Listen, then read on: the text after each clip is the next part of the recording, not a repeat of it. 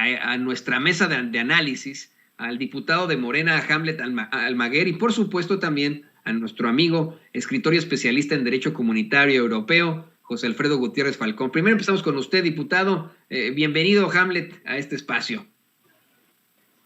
Buenos días, ¿cómo estás? Un saludo para ti y para todo el auditorio de Sin Censura. Muy bien, querido Hamlet. Y también saludamos al profesor José Alfredo Gutiérrez Falcón. Maestro, ¿cómo te va? Aquí vamos en carretera, pero muy animados de estar en el programa. Pues vamos a darle con mucha fuerza a la mesa de análisis. Hace un rato, Hamlet, escribías en tus redes sociales, no solo Felipe Calderón cobró millonarias compensaciones de Iberdrola y su subsidiaria Avangrid, su Secretaría de Energía de 2006 a 2011, su Secretaria de Energía, disculpe usted, Georgina Kessel, se convirtió en consultora de alto nivel para corporaciones transnacionales, misma ruta de Montserrat Ramiro, excomisionada de la Comisión Reguladora de Energía. Y aquí pones, bueno, pues esta nota en la que queda claro esa participación que tuvo Felipe Calderón en la junta de directores de Avangrid. Ahora bien, Hamlet, te quería plantear yo eso.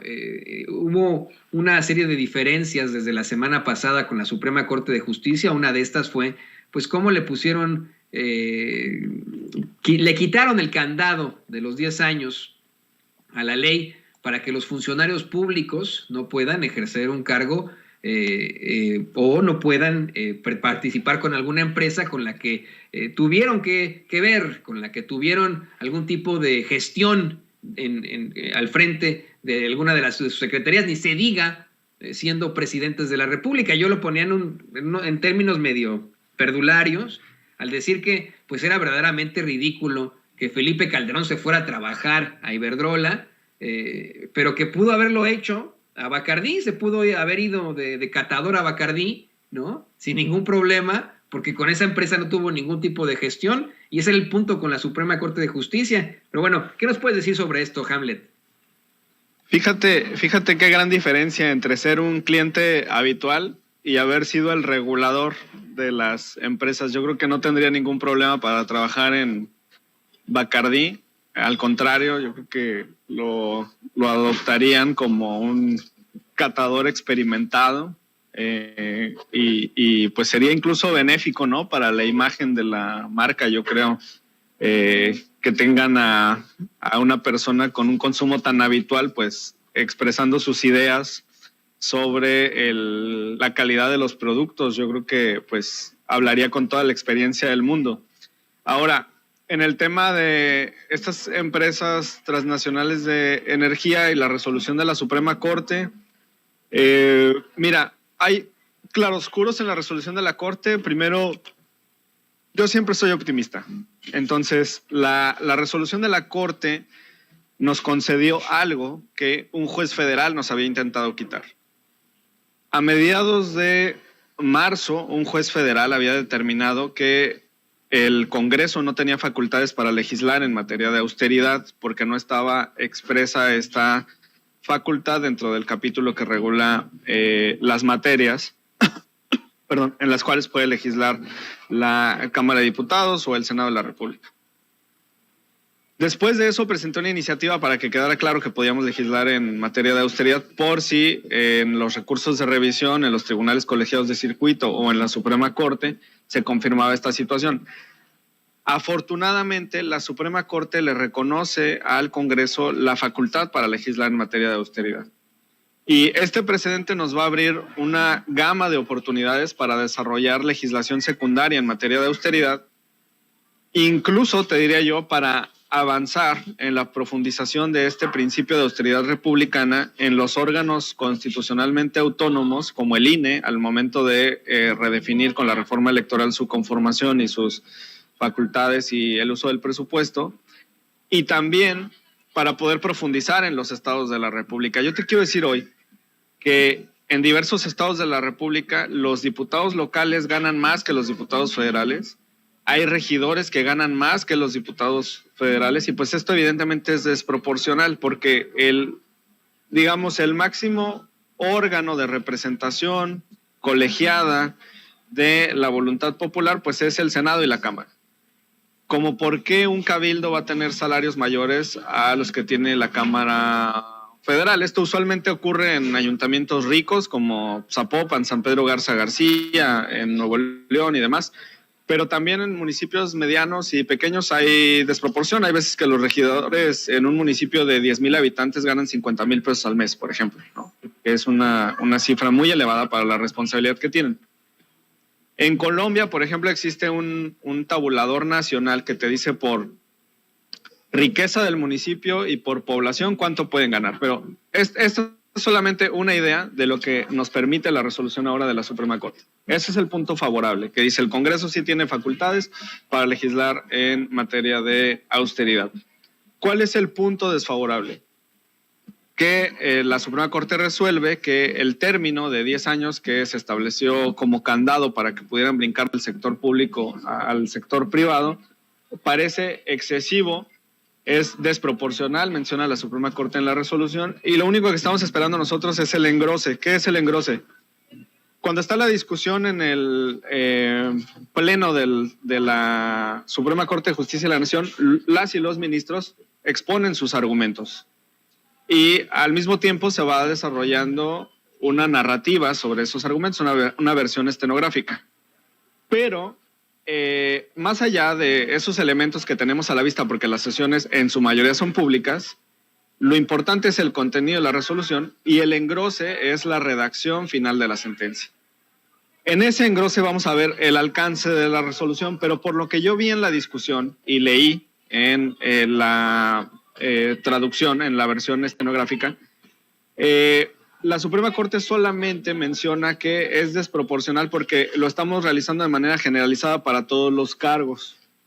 Yo estoy preparando una iniciativa en cuanto salga el engrose para poder presentarla y establecer un rango escalonado de temporalidad de prohibición para que puedan brincar del sector público al sector privado. Y sería muy sencillo, o sea, por ejemplo, un jefe de departamento pueden ser 1 o 2 años y un subdirector pueden ser 3 o 4 y un director de área pueden ser 5 o 6 y un secretario o titular de área pueden ser de 7 a 9 para no caer otra vez en el umbral de 10. Y entraríamos en un diálogo con la Suprema Corte en la que creo que nos iría bien porque ya con el escalonamiento tendríamos un respeto al principio de proporcionalidad que parece que es lo que le falta a la resolución. Y sobre la reforma eléctrica, pues sí. Además hay un tema que tenemos que regular porque aunque está previsto en la ley orgánica del Congreso y en el reglamento la obligación de los legisladores de excusarse cuando tengan interés directo en un asunto, no hay un mecanismo de recusación, o sea, de impugnación para que los legisladores que tengan conflicto de interés no puedan participar de este proceso, como por ejemplo sí existe en el Poder Judicial. Tú puedes recusar a un juez, tú puedes recusar a un magistrado para que no conozca de un asunto, pero no puedes recusar a un diputado, no puedes recusar a un legislador. Entonces, me parece que este sería otro elemento que podríamos legislar pronto. De todas formas, nosotros lo vamos a intentar el domingo en la sesión. Vamos a solicitar que aquellos legisladores que tienen conflicto de interés no participen en la discusión y esto está muy claro. En el caso, por ejemplo, de Felipe Calderón, pues su todavía esposa, de Margarita Zavala, pues evidentemente tiene un conflicto de interés para no votar esa reforma. El caso de la diputada Edna Díaz, cachada ahí infraganti con el cabildero Paolo Salerno tirándole línea, pues evidentemente tendría que excusarse del conocimiento del asunto, y así otros legisladores que tengan familiares o que tengan relaciones con empresas del sector. Antonio. Qué interesante lo que nos planteas, Hamlet, fuertes declaraciones, y me parece que es una potente forma de proteger al pueblo de México, buscar que aquellos que tienen conflicto de interés, como Margarita Zavala, como Edna Díaz, no participen. Permíteme preguntarle su opinión y le pido a don David que nos grabe, por favor, pedirle su opinión al escritor y especialista en Derecho Comunitario Europeo, al maestro José Alfredo Gutiérrez Falcón. Maestro, pues ahí lo tiene usted. Nos enfrentamos a una votación muy importante este fin de semana, este domingo de Resurrección. Los diputados estarán definiendo el futuro de México. Es una votación histórica ante la iniciativa de reforma eléctrica. ¿Considera ¿consideras conveniente que en efecto se tenga que bloquear a los diputados que tienen algún tipo de conflicto de interés como Margarita Zavala? Sí, definitivamente. Primero que nada, decirle a Hamlet que lo felicito, que tiene el corazón de los mexicanos en sus manos y que tiene todo el apoyo para aguantar ahí la sesión histórica y que sepa que estamos con él. Y comentarles que precisamente en la Comisión Europea existe esa restricción para que los excomisionados se abstengan de trabajar en aquello que fue materia de tratamiento durante su cargo dentro de la Comisión Europea. Es algo totalmente natural y lógico, y de mucha lógica, porque pues siempre se tiene información privilegiada de los temas que se tratan allí, y es el caso de Felipe Calderón, es el caso de exfuncionarios que saben perfectamente cómo están las negociaciones, que saben perfectamente que han estado favoreciendo a empresas extranjeras para que pues llegáramos al momento en que la Comisión Federal de Electricidad perdiera la rectoría. Entonces sí es importante hacer a un lado, que se excusen estos legisladores, porque no puede participar, porque Felipe Calderón, desde antes de que fuera candidato a la presidencia de la República, fue secretario de Energía, y desde entonces ya andaba promoviendo por ahí ¿cómo se llama? Pues a las compañías extranjeras de energía. Incluso de ellas recibió apoyo para ser candidato a la presidencia de la República. Les cuento una anécdota. En un viaje que hice a Madrid, por azares del destino me tocó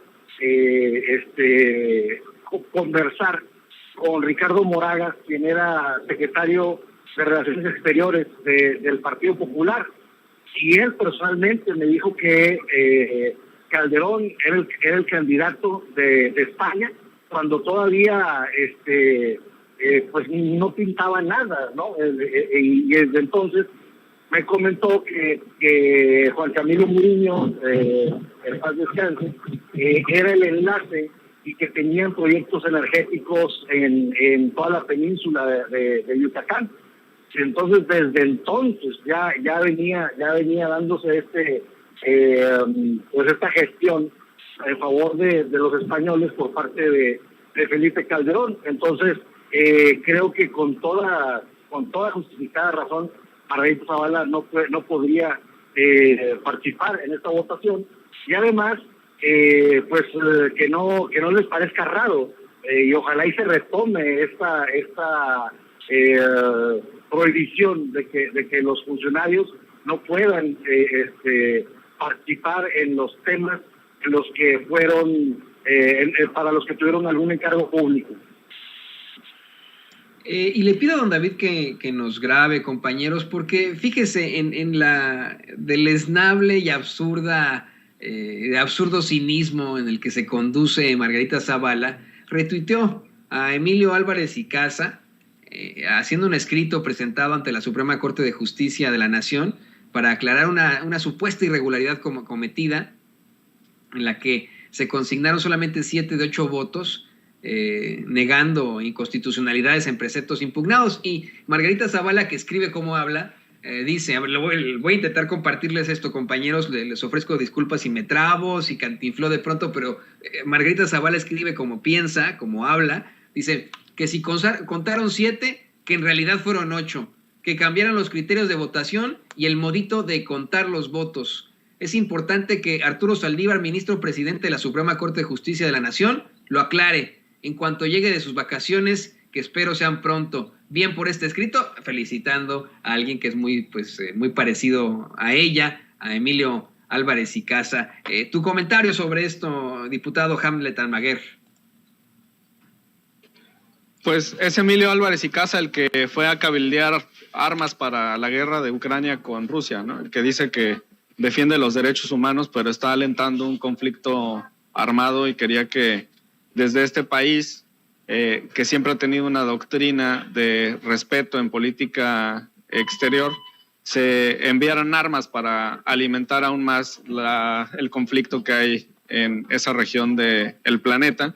Y pues esto evidentemente lo desacredita y lo revela como es. No es un defensor de derechos humanos, es un mercenario. Sobre este tema particular, lo que pasa es que, mira, el derecho ha cambiado muchísimo y lamentablemente las generaciones anteriores de abogados no comprenden la evolución que ha tenido la discusión en los tribunales constitucionales. Yo he tenido la fortuna de estudiar Derecho Procesal Constitucional como posgrado. Y en muchos tribunales constitucionales del mundo se ha emprendido una práctica que también ya está en México y que es muy valiosa. En ocasiones, las y los ministros, y aquí viene el reto para el secretario general de acuerdo, esgrimen argumentos, exponen argumentos en los que comparten parcialmente el proyecto que se les está presentando. A veces comparten el sentido del proyecto, pero no las razones por las que viene el proyecto en ese sentido.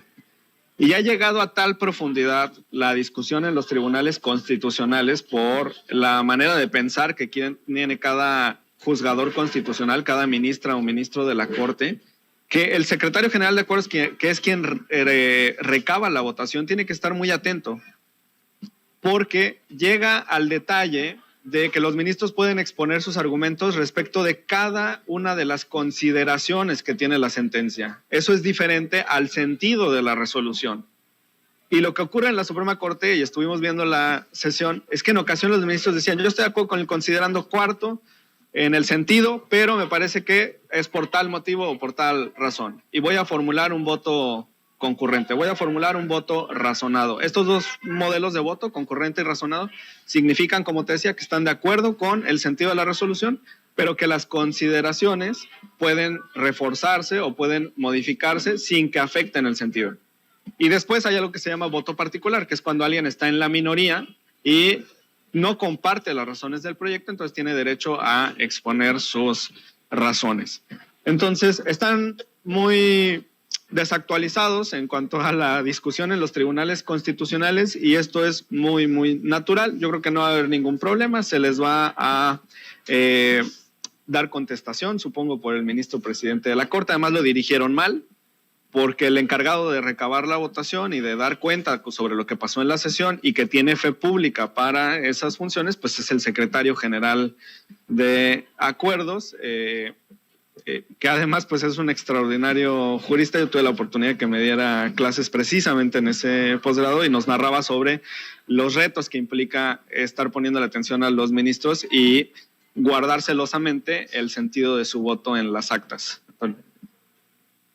Pues tu comentario también, maestro, ante esta situación, maestro José Alfredo Gutiérrez Falcón. Pues bien, ahí ¿te refieres en concreto a qué, Toño, perdóname? Estamos hablando de estas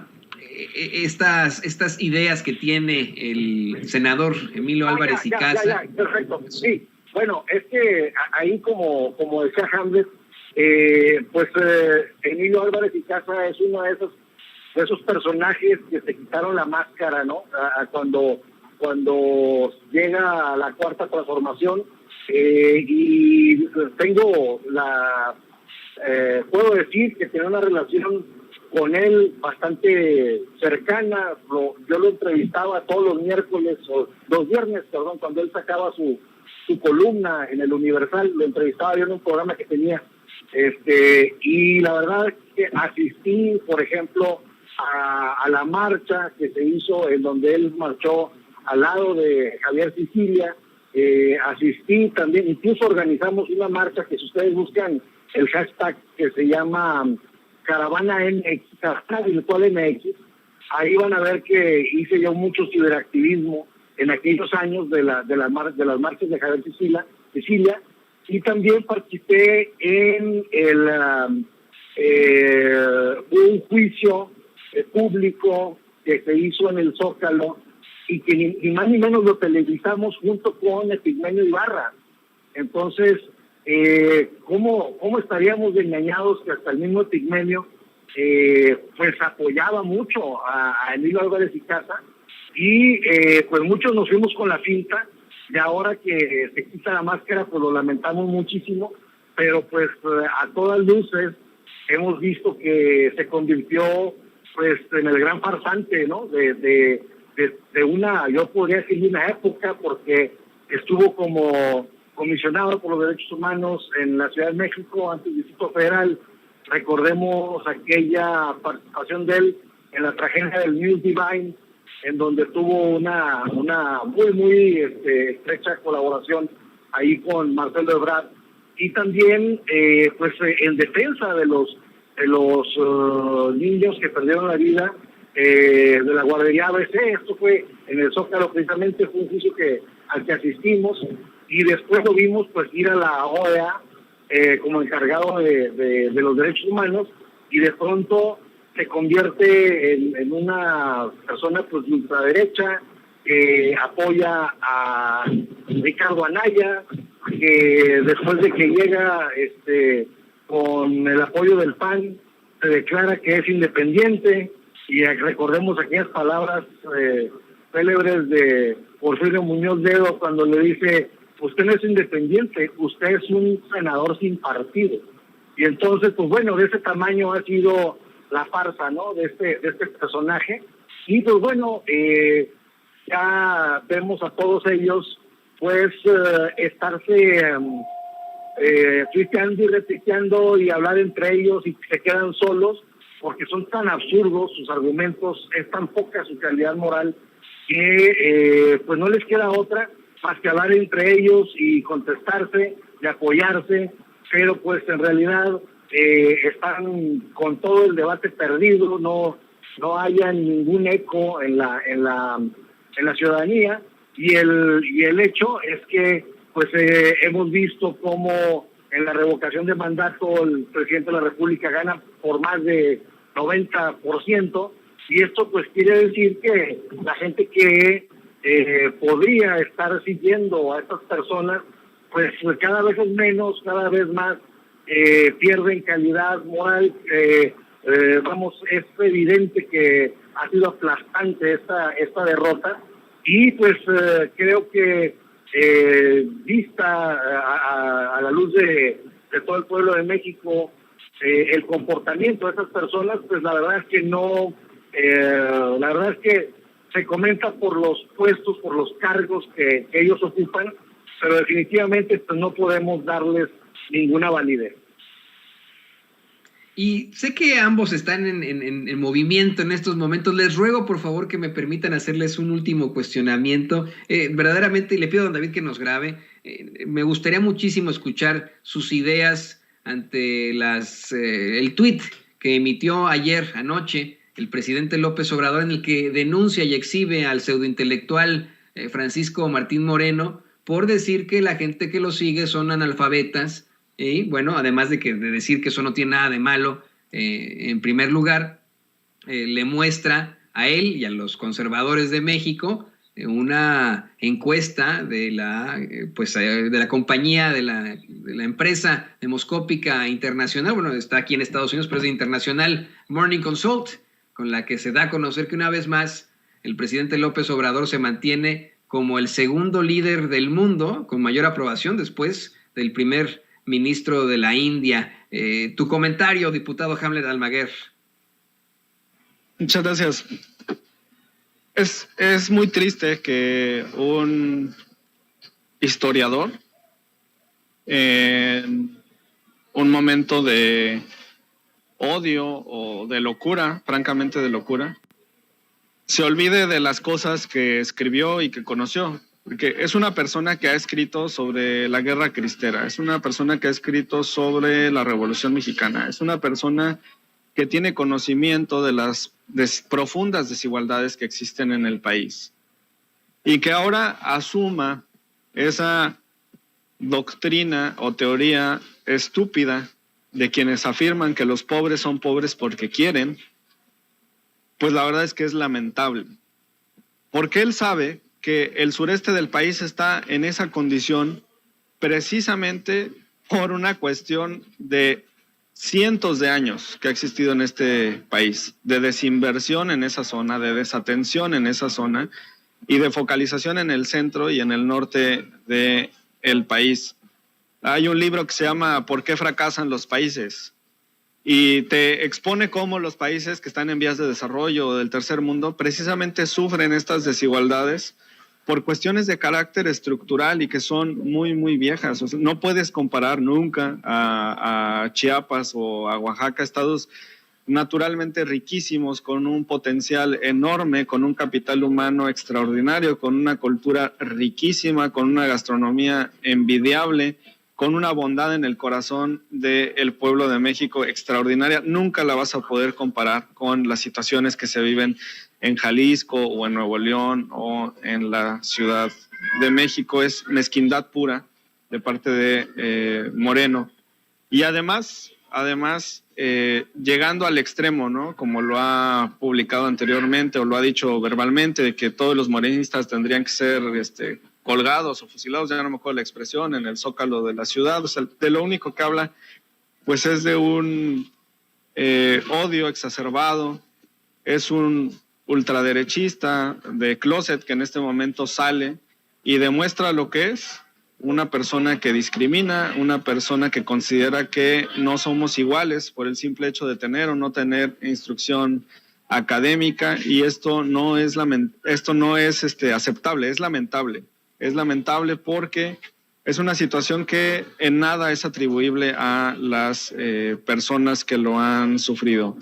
Y decirles, el presidente de la República nunca ha mentido en este aspecto, siempre ha dicho que por el bien de todos, primero los pobres, y es lo que se está atendiendo en este sexenio, y aspiramos a cerrar esa brecha entre el norte y el sur del país, aspiramos a cerrar esa brecha entre los ricos y la pobreza extrema que existe en esta zona.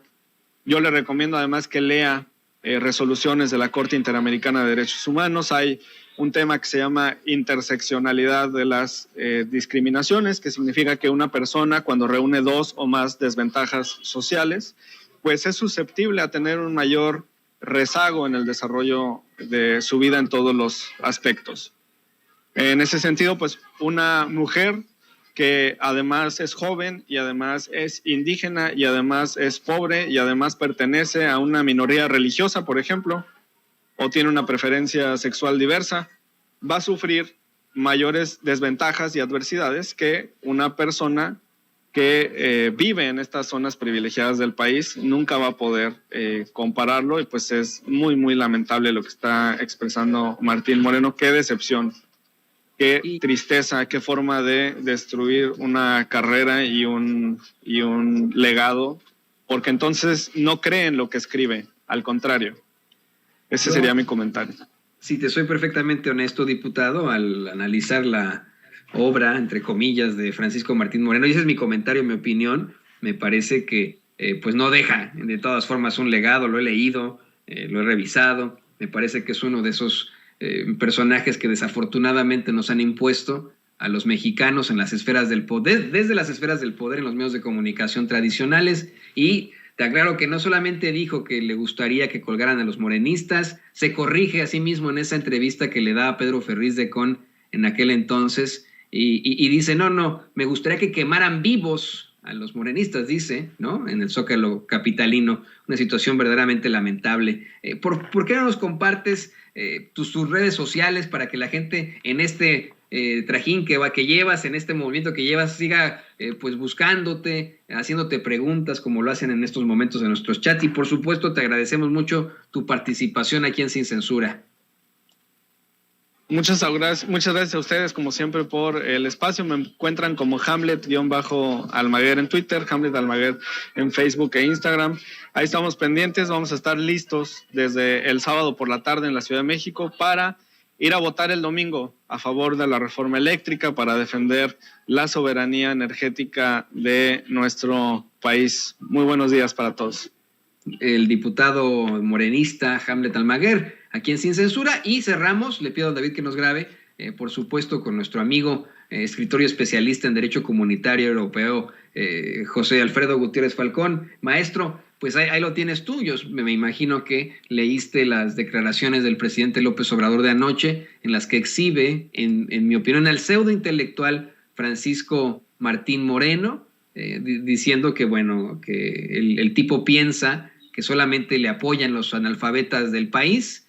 Dice, lo cual, dicho sea de paso, me llena de orgullo, porque entre otras cosas, no es lo mismo educación que cultura. Tu comentario final, maestro. Pues decirle a esa persona de patética conducta que pues gracias a los analfabetas se logró la independencia de México, y gracias a los analfabetos se logró la revolución. Entonces ahorita estamos en la cuarta transformación nacional y no nos extraña, porque es parte de la historia de México, que gente que desgraciadamente no sabía o no sabe leer ni escribir, pues ha formado parte de nuestra historia, y nos sentimos muy orgullosos de ello. Y por otra parte, decir lo que sostiene nuestro presidente, que una cosa es la educación y otra cosa es la cultura. Y en este caso, podrá ser que no sepan leer ni escribir algunos pueblos originarios, por ejemplo, el español, pero sí saben su lengua originaria y nos sostienen con su herencia cultural.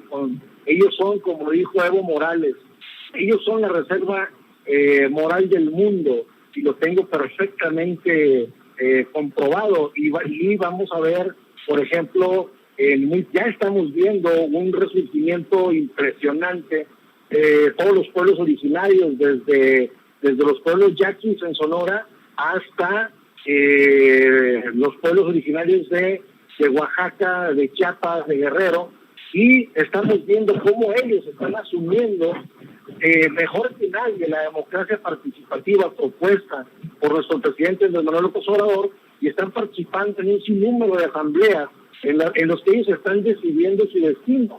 Entonces, pues a lo mejor muchos de ellos no podrán hablar o escribir el idioma castellano, pero con todas sus limitaciones están tomando el gobierno en sus manos, están tomando a la patria en sus manos, y eso te puedo decir que definitivamente no lo estamos haciendo la clase media, media alta, media baja.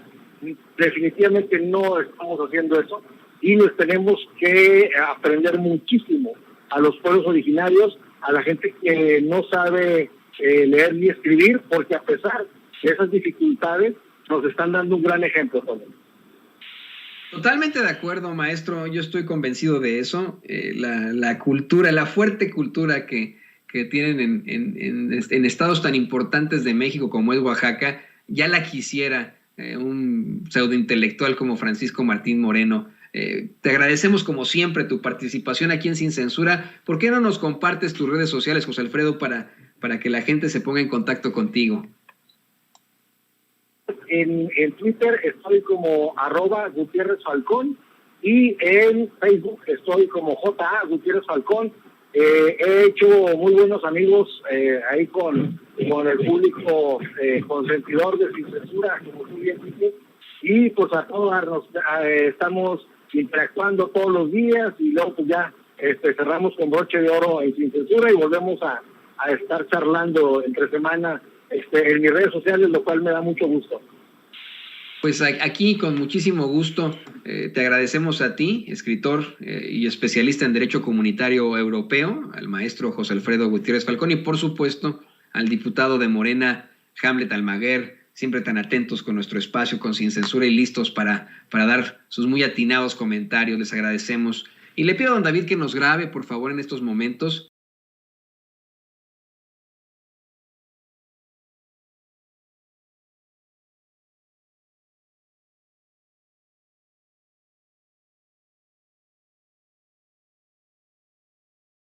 Porque este programa da para mucho más, y estas declaraciones también las tendremos más adelante en su totalidad. No se vaya con la finta de que se está cortando en estos momentos. Le voy a dar la bienvenida a mi querida compañera, amiga, a quien hemos extrañado muchísimo aquí en Sin Censura, a la queridísima Meme Yamel, corresponsal de Sin Censura. Querida Meme, bienvenida a pesar de los pesares en medio de una serie de bloqueos y de golpes por parte de, pues de nuestro internet en este caso, pero que ha ocurrido tantas veces que ahora no nos queda más que decir qué rayecillos está pasando. Pero bienvenida, querida Meme, bienvenida en Viernes Santo.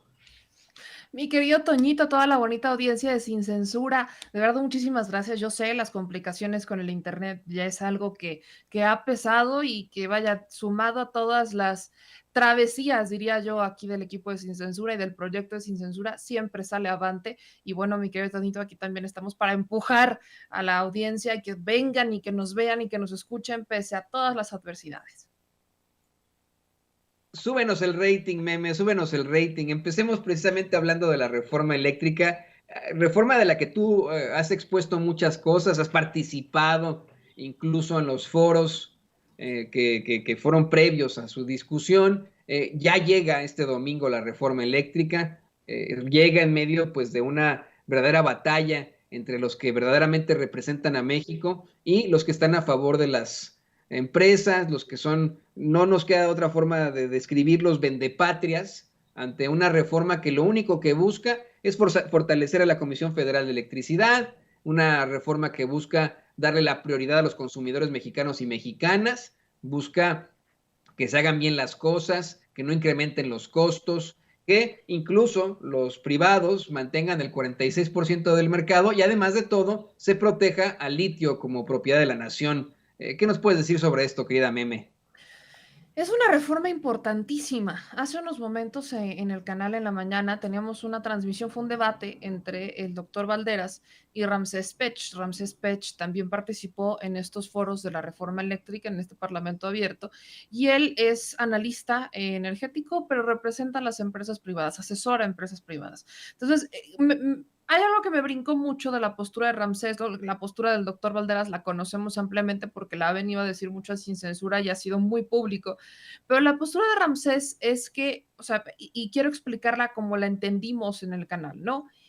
Que no se apruebe la reforma, ¿no? Que se vote en contra la reforma eléctrica de Andrés Manuel López Obrador y que se presente una nueva reforma eléctrica, ¿no? O sea, la versión de la oposición, que se presente una nueva reforma eléctrica y que se integren distintos puntos que se esté negociando, que cuál es la prisa y sobre todo que se deje claro cómo es la parte técnica, ¿no? De cómo le va a hacer la Comisión Federal de Electricidad para generar esa energía y entonces bajar los precios de electricidad. O sea, esa es la postura de ellos. Dentro de los temas, dentro de los técnicos, ¿no? De los argumentos técnicos y demás, algo que me quedó claro es que el argumento es que cómo es que se subsidia, ¿no? Los subsidios que llegan a los ciudadanos son muy amplios, para qué casi pregunta, ¿no? Estamos hablando de una empresa pública que debería de subsidiar a los ciudadanos, para eso está, pero que actualmente está subsidiando a las empresas, ¿no? Con estos esquemas de autoabasto que son simulados muchos de ellos. Ahora, hablamos de una urgencia porque sí hay una urgencia por parte de la Comisión Federal de Electricidad y por parte de los mexicanos de proteger nuestro patrimonio. Actualmente estamos viendo que son 10 empresas, son exclusivamente 10 empresas energéticas, de la cual ni una sola es mexicana, las que concentran el mercado eléctrico. Son 10. Evidentemente, con el paso de los años, han ido debilitando a la Comisión Federal de Electricidad. O sea, esto no solamente viene a raíz de la reforma energética del 2013. Digamos que con la reforma energética del 2013 se formalizó, ¿no? Las diversas prácticas que las empresas habían estado implementando un poco al margen de la ley que se habían intentado regular. Recordemos que en el 2008 Felipe Calderón también intentó implementar una reforma energética que iba en el mismo sentido en la que se implementa la de Enrique Peña Nieto. En la del 2008 no se aprobó, no pasó. Y recordemos que su secretaria de Energía, que es él, ni siquiera se presentó para hablar con la oposición, ¿no? Los dejó plantados. ¿Por qué hizo eso? Porque no quería un debate, no estaban abiertos al debate. Y hoy tampoco están abiertos al debate. Sabemos que la historia se repite y se repite. Lo que resulta muy curioso en estos momentos ya no es solamente estas posturas, ¿no? Que hablan de no vamos a votarla a favor, vamos a votarla en contra y luego presentamos una. ¿De qué sirvieron entonces los parlamentos abiertos? ¿De qué sirvió entonces estos meses de discusión? Porque fueron meses amplios de discusión en donde teóricamente los legisladores tendrían que haber sentado a arrastrar el lápiz y decir, bueno, a ver, esto sí, esto no, esto sí, esto no, y negociar. O sea, ¿de qué se trató entonces todos los meses de discusión que se llevaron a cabo cuando los legisladores están en un pleno berrinche? Porque si realmente quisieran proponer una reforma, que es lo que mencionan, ¿no? Que fuera benéfica para los mexicanos, entonces hubieran aprovechado estos meses para hacer su propuesta y entonces presentarla. Ah, pero ¿qué pasó? Sí lo hicieron. Presentaron 12 puntos los legisladores que son una versión descafeinada de la reforma actual. O sea, dejan muchas cosas ambiguas que evidentemente al dejarlas así de ambiguas dan pie a estos lastres legales que permiten que las empresas se puedan ir y navegar por esos lastres y hacer su santa voluntad. Pero entonces van en el mismo sentido, con evidentemente lastres obvios y a propósito para que las empresas tengan este margen de movimiento. Y luego de eso, ¿qué tenemos? Que el partido en el poder, ¿no? Al que tanto tachan de autoritario, que no le quería cambiar ni una coma al dictamen presentado por el gobierno, integra estas propuestas. Y entonces, ¿qué dicen ahora los legisladores? ¿Que la quieren votar en contra todavía? Perdón, pero entonces, ¿de qué sirvió presentar esos 12 puntos? ¿Pensaban que Morena no los iba a poner sobre la mesa? Y que entonces iban a agarrarse del discurso de es que ni siquiera quieren a tomar nuestras propuestas. Eso no pasó. Hoy no tienen argumentos reales para presentar una contrarreforma eléctrica. No tienen los votos. O sea, no tienen los votos. Estamos hablando que Morena necesita 56, ellos necesitarían más de 200. Y aquí el tema es de qué lado están de la historia. Quien tiene el control de la generación tiene el control del suministro y ese es el cómo. El que tiene el control de la llave es el que tiene el control de los precios. El que baje o suba los precios es el que tiene el control. Entonces, si vemos que se sigue manejando un control por parte de estas 10 empresas y que sigan siendo estas 10 empresas, pues entonces nos vamos a quedar con que ellos son los que van a controlar los precios eventualmente, que es lo que ha estado pasando ya, que vamos a terminar con un esquema en donde la Comisión Federal de Electricidad solamente sirve de mediador, que actualmente funciona así. ¿Qué es eso de andar subsidiando a estas empresas cuando el subsidio tendría que venir hacia los mexicanos? ¿Por qué a las empresas privadas? Me queda claro que deberían de tener, pues quizás por la generación, ¿no? Cuando van a hacer legalmente sus autoabastos, pues deberían de tener quizás ciertos beneficios, pero no privilegios. Y eso es lo que han tenido en este momento. Un beneficio por hacer las cosas bien lo debería de tener cualquier persona, física o moral. Pero aquí vemos abusos constantes. Y si algo quedó claro en el Parlamento abierto es que reconocen que hay abusos. Entonces, no hay lógica para no aprobar una reforma eléctrica. No la hay. Solamente hay berrinches y hay una oposición constante a todo lo que haga este gobierno solamente porque lo hizo este gobierno.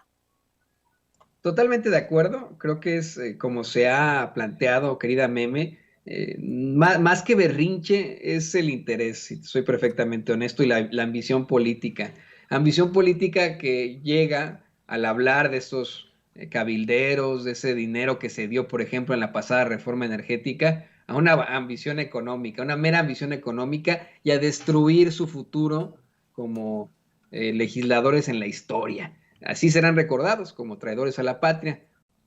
Para platicar contigo de otro tema que a mí no me quedó muy claro, pero que me parece muy interesante, de algo que tuiteaste, muy interesante, sobre la OEA, sobre el informe preliminar de la misión de visitantes extranjeros de la OEA ante la revocación del mandato. Fíjate, comenzábamos este espacio hablando de cómo es que el PRD está asegurando que hubo fraude en la revocación de mandato y que están intentando impugnar ese ejercicio democrático tan importante.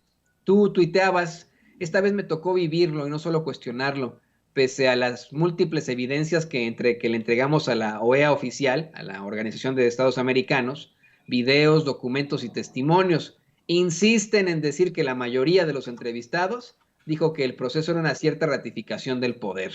¿Qué nos puedes decir sobre esto, querida Meme? Pues es que yo estuve ahí, yo estuve en esa reunión de la Organización de los Estados Americanos, de la OEA, porque a raíz del debate del INE, pues invitan a todos los que participaron, ¿no? Entonces invitan a Juncal Solano, invitan a mi querida Renata Turrent, a Juliana Tilano, me invitan a mí.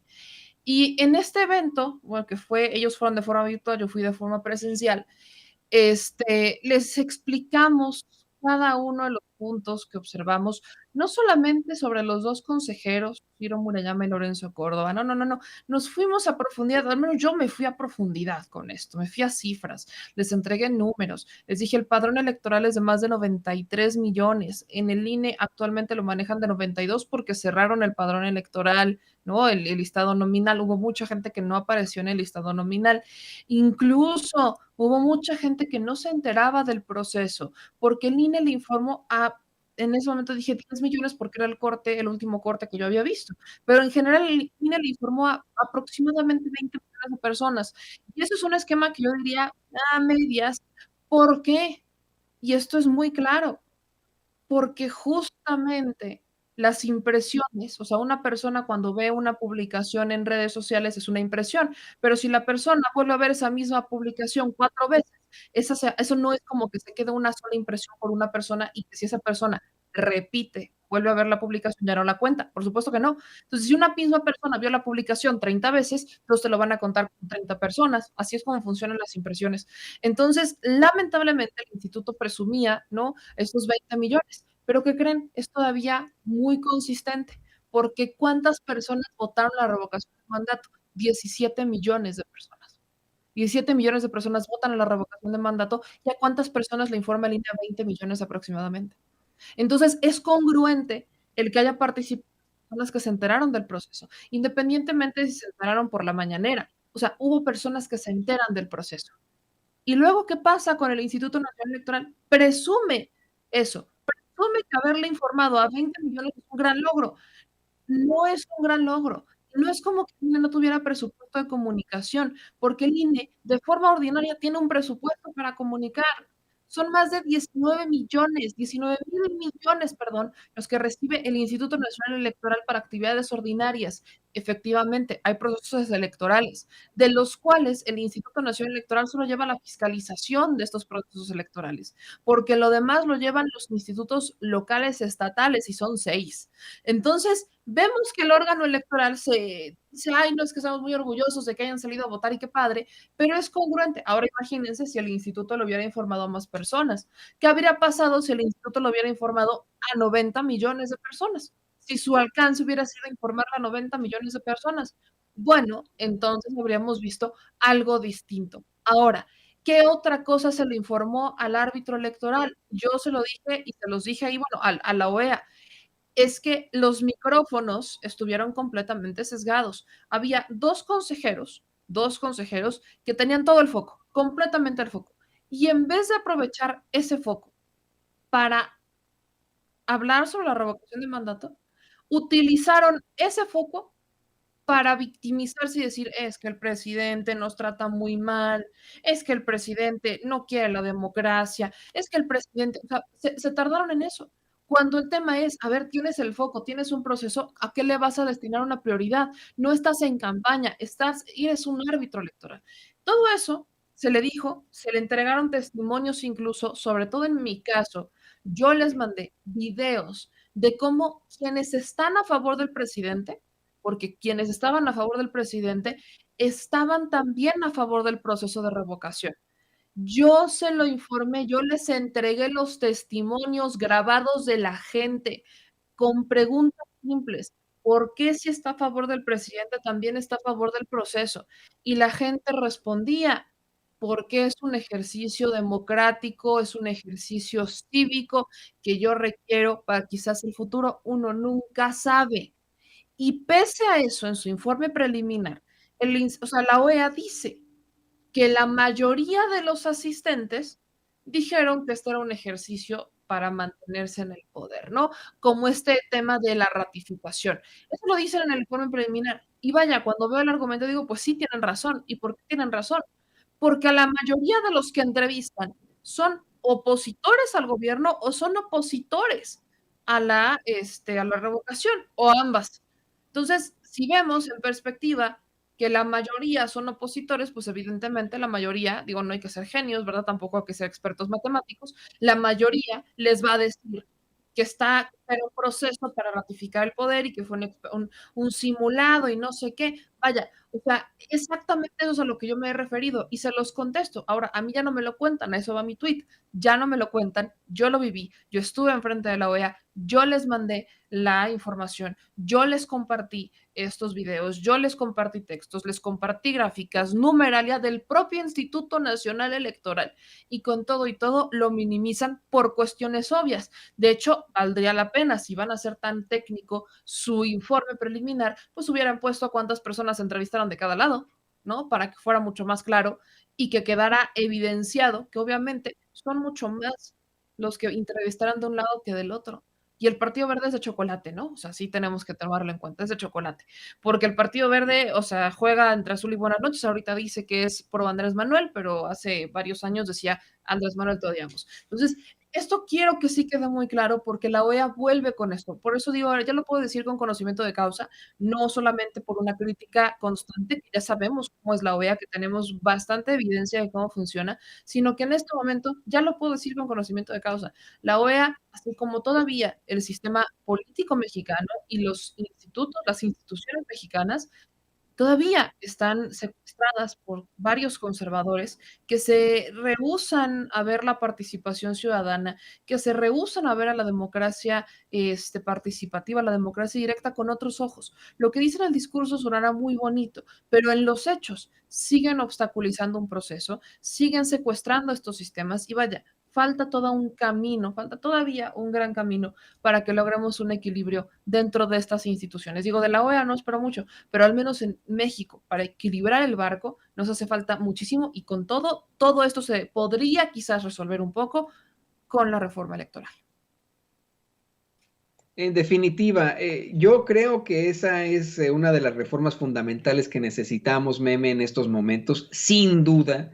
Creo que tan pronto se concluya con esta discusión por reforma eléctrica, la que tiene que seguir de inmediato es la reforma electoral. A partir de esa, los mexicanos podremos, en todo caso, tener pues vamos, unas reglas del juego mucho más claras, mucho más justas, que es lo que necesitamos en todo caso.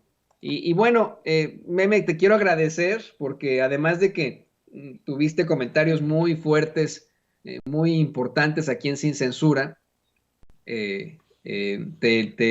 pues contigo se restableció la señal y ya estamos al 100. O sea que nos trajiste muy buena suerte, Meme, y ya estamos al 100 con nuestras transmisiones. ¿Por qué no nos compartes tus redes sociales para que la gente siga poniéndose en contacto contigo, vea tus programas? Ya sabes que aquí pues siempre te extrañamos aquí en Sin Censura cuando no te vemos en algún tiempo.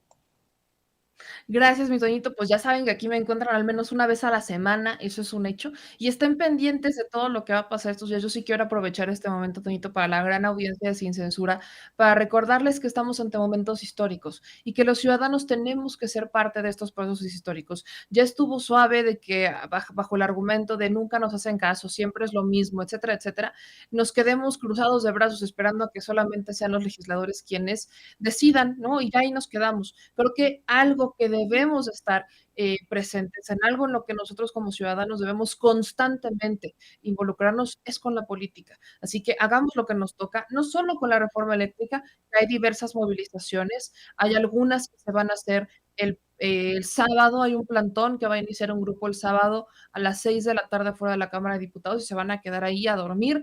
Y hay otro grupo, que son la mayoría, que van justamente a iniciar plantón a las 10 de la mañana allí afuera de la Cámara de Diputados. Yo ya los veo, a todos los he estado invitando para que vayan. Estaremos justamente dándole cobertura a todo esto para también que estén pendientes de lo que está haciendo Sin Censura y estén pendientes de la discusión este domingo.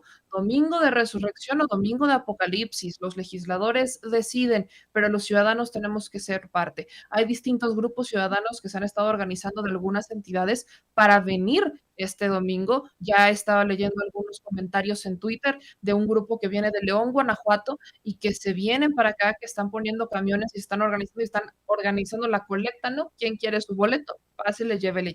Entonces, si no pueden por cualquier circunstancia, nuestros paisanos que nos ven desde Estados Unidos, también pendientes con eso, porque es importante que todos estemos, ahora sí, que con los ojos bien abiertos. Es el momento de saber quién es quién. Y bueno, a mí ya saben que me encuentran en todos mis espacios como @memeyamelca, una vez a la semana aquí, segurito estamos, y yo les mando un gran abrazo a todos este Viernes Santo, que ya veo que no se aburren porque tienen programas en vivo a esta hora, está Sin Censura, está mi Toñito, les mando un abrazo a mi querida Ceci, a mi querido David, a Vicente, le mando un abrazo gigante, y a todos los que nos ven y nos escuchan, a nuestros editores, a mi querida Yael, a Kike, a Gio, a todos, a mi querida Liz, todos, de verdad, muchas gracias por hacer que Sin Censura siempre salga adelante. Así es, muchas gracias a ti, Meme, y pues aquí estamos en contacto, nos vemos muy pronto, pasa un fin de semana fantástico, feliz Pascua y Resurrección para ti. Un abrazo, Toñito, felices días, y que tengan un bonito fin de semana también. Muchas gracias, sí. Amigos, amigas, regresamos en breve, pero mientras seguimos hablando sin pelos en la lengua, sin censura, usted puede suscribirse a nuestros 3 principales canales en YouTube. Sin Censura Media, en donde tenemos más de 1,600,000 suscriptores, Sin Censura TV, en donde tenemos más de 1 millón de suscriptores, y en Sin Censura Presenta, en donde queremos llegar muy pronto a los 100,000 suscriptores. Si usted ya está inscrito en Sin Censura Media, suscríbase en Sin Censura TV. Si ya está suscrito en Sin Censura TV y Sin Censura Media, suscríbase a Sin Censura Presenta. Recuerde que es gratis, no tiene que sacar un solo centavo de su bolsillo para apoyarnos. Dele clic en la campanita para que los señores y señoras de YouTube envíen las notificaciones cuando estemos transmitiendo en vivo y en directo o estemos subiendo videos. También nos puede seguir en Twitter en @Vicente Serrano y hasta en Instagram. Ojo, también estamos en Instagram. Son nuestras redes sociales y con el apoyo de ustedes seguimos creciendo, porque con ustedes todo, sin ustedes nada.